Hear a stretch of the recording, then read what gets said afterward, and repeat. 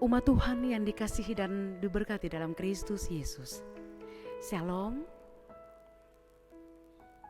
Puji dan syukur kita panjatkan kehadirat Tuhan yang Maha Kuasa.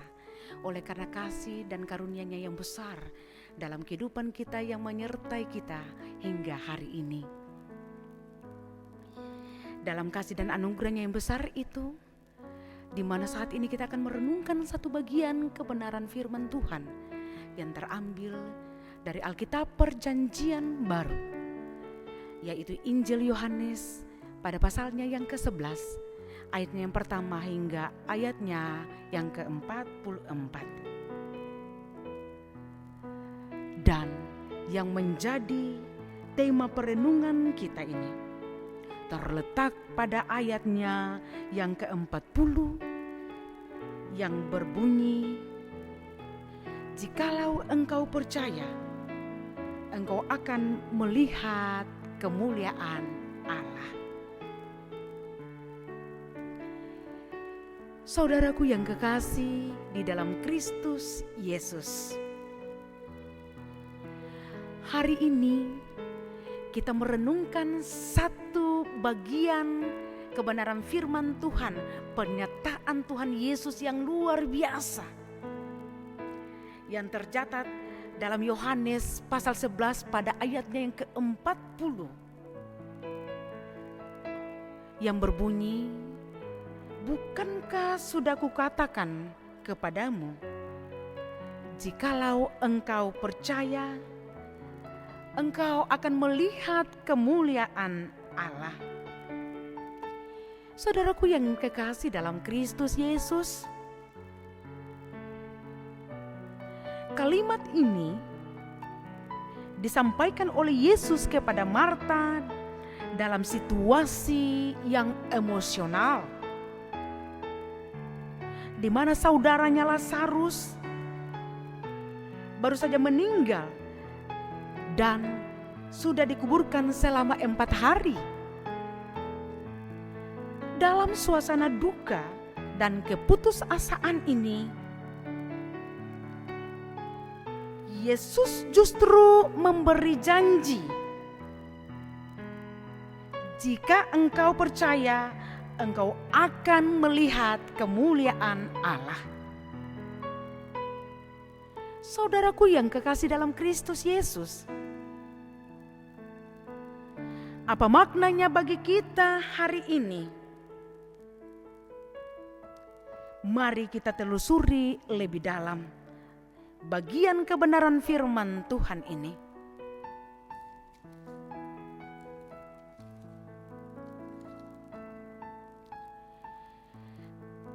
Di mana latar belakang dari teks Yohanes pasal 11 ini? Pasal ini menceritakan salah satu mujizat Yesus yang terbesar, kebangkitan Lazarus dari kematian. Ini adalah tanda ilahi bahwa Yesus memiliki kuasa atas hidup dan mati manusia. Tetapi lebih dari itu, pasal ini memperlihatkan relasi kasih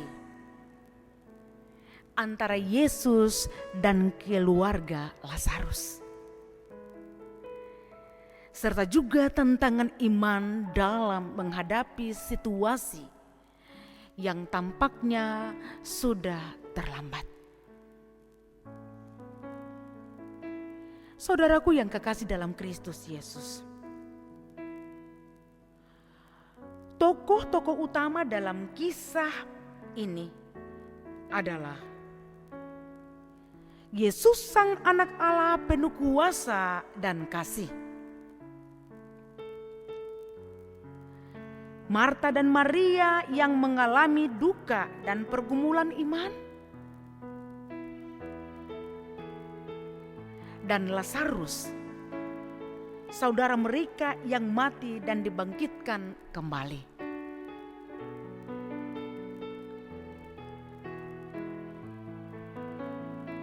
Saudara-saudara kekasih Kristus,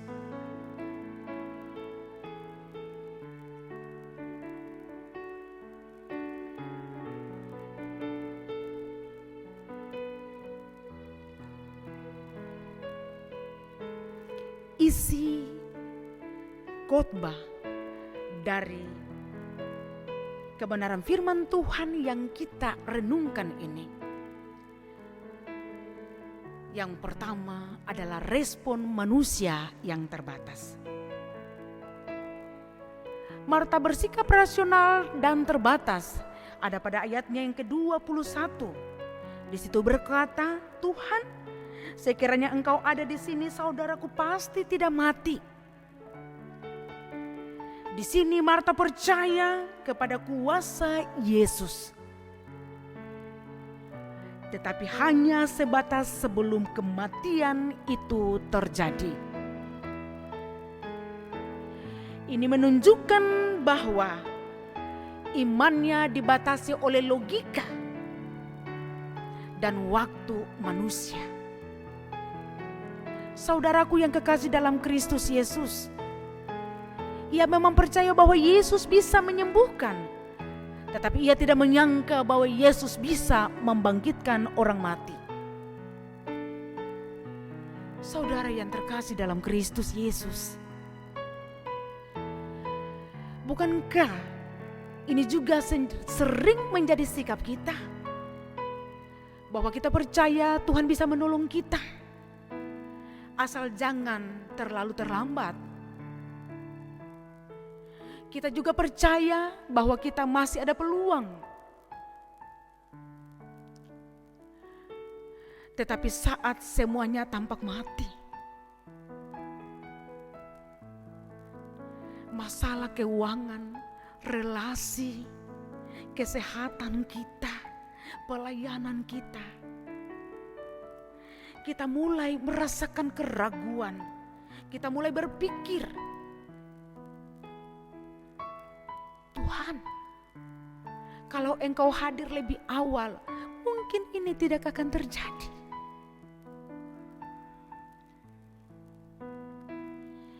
Yang kedua, Maria bersikap emosional dan terluka.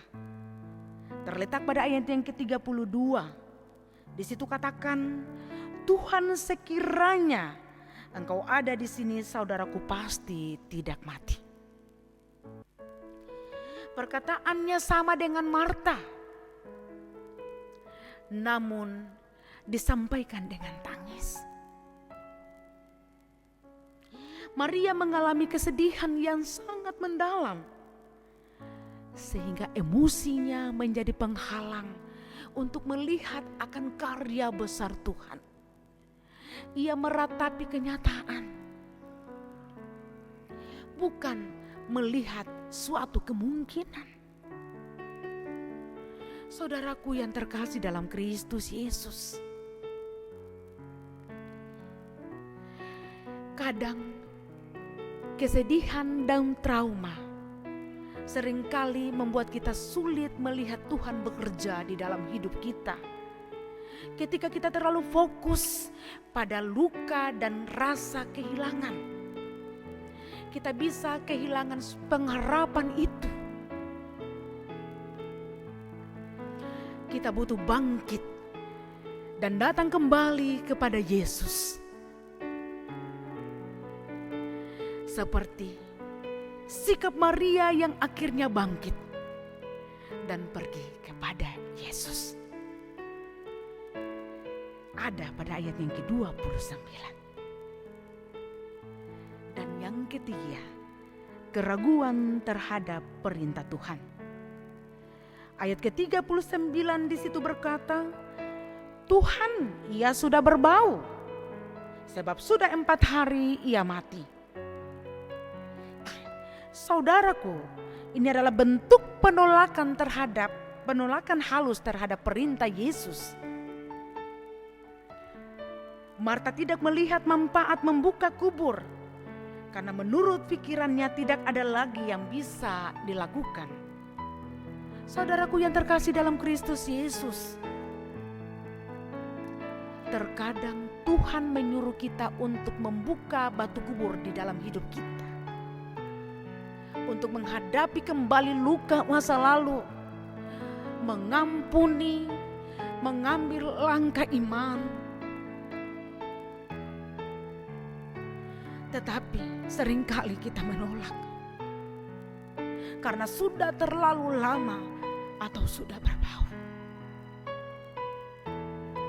Saudaraku yang terkasih dalam Kristus Yesus, justru disinilah Tuhan ingin menyatakan kuasa-Nya.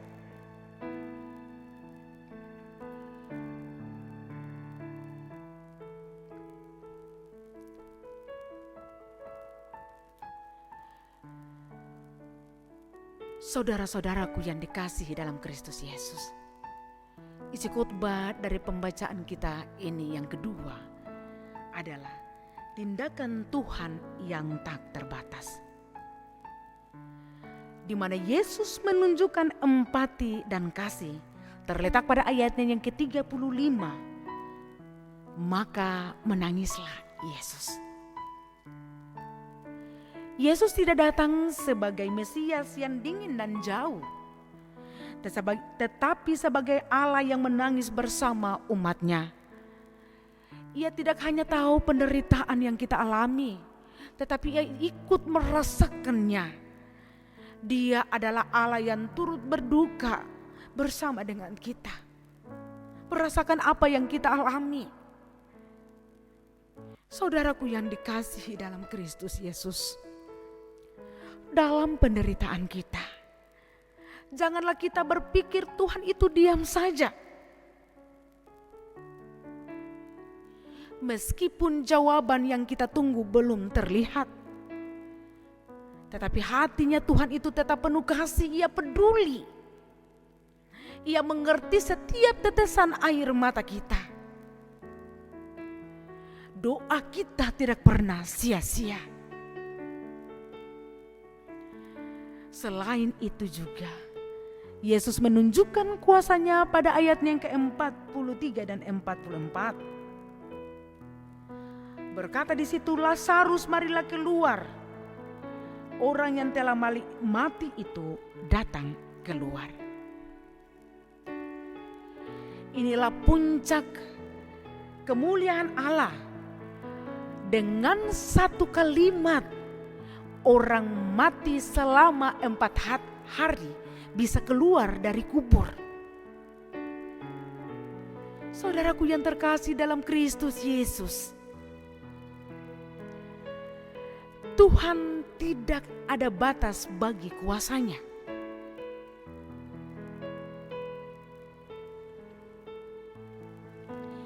Waktu, kematian, dan logika manusia tidak bisa membatasi Dia. Percayalah bahwa Tuhan sanggup menghidupkan kembali apapun yang sudah mati di dalam kehidupan kita. Baik harapan kita, sukacita, pelayanan, bahkan panggilan kehidupan kita yang sudah lama kita lupakan. Tidak ada yang mustahil bagi Tuhan.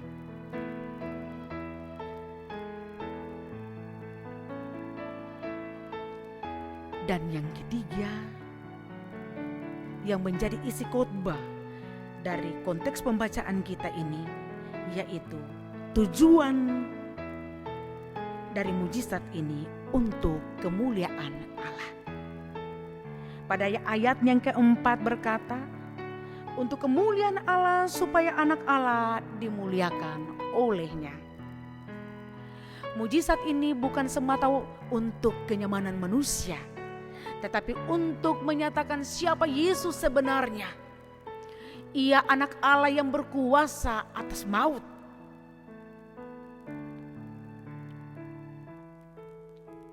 Dan agar orang percaya.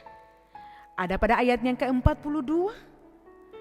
Di situ berkata supaya mereka percaya bahwa Engkaulah yang telah mengutus aku.